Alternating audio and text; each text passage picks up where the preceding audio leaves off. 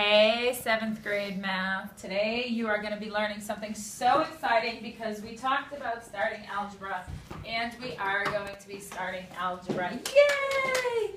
Yesterday, well, 2 days ago you learned about variables, and variables is just a letter that stands for a number. So today we're going to learn about equations, which is a mathematical sentence showing two things equal. I could have an apple in this hand and an apple in this hand, and I can say apple equals apple, and that would be an equation. If I had an apple in this hand and an orange in this hand, I would say apple does not equal orange, and I would have a little sign that looks like this, because apple does not equal orange. They are not the same. So, in an equation, it is a sentence that has a variable in it. With algebraic equations.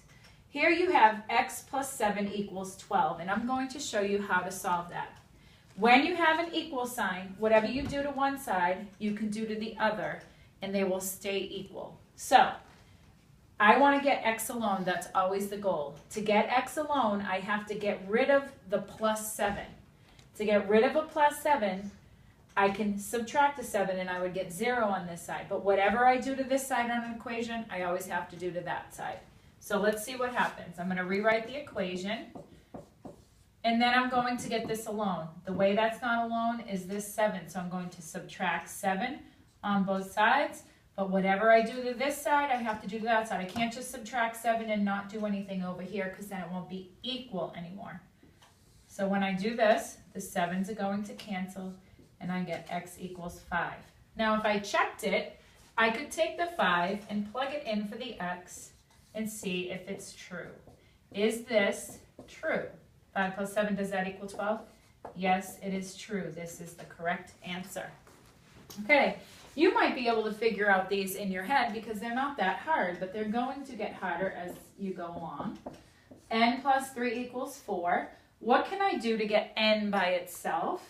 Well, this 3 here, this plus 3, is not is what is making it not by itself. So I'm going to subtract 3, but whatever I do to one side, I have to do to the other. That cancels, and I get n equals 4 minus 3 is 1.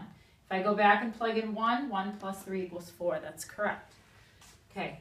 Uh-oh, now I have a negative sign. So what do I do with that? X minus 7 equals 5. I'm going to do the opposite, because whenever I have a negative, if I add 7, those will cancel out. So I'm going to add 7. Those are going to cancel, and I get x equals 12.